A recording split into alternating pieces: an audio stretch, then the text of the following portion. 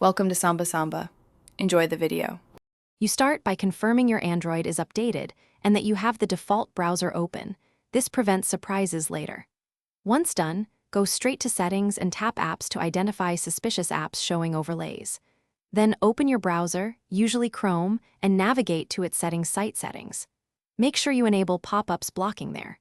If you use a different browser, install a trusted ad blocker app and allow necessary permissions so the blocking can work. Now you dig into app permissions and notifications to stop ads at their source. You should open App Info for any app that displays over other apps and revoke display over other apps permission. That prevents overlay ads.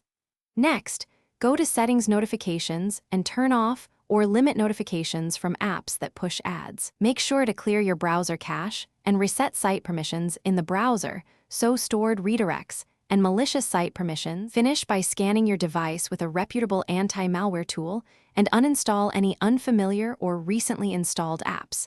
That often removes the ad source.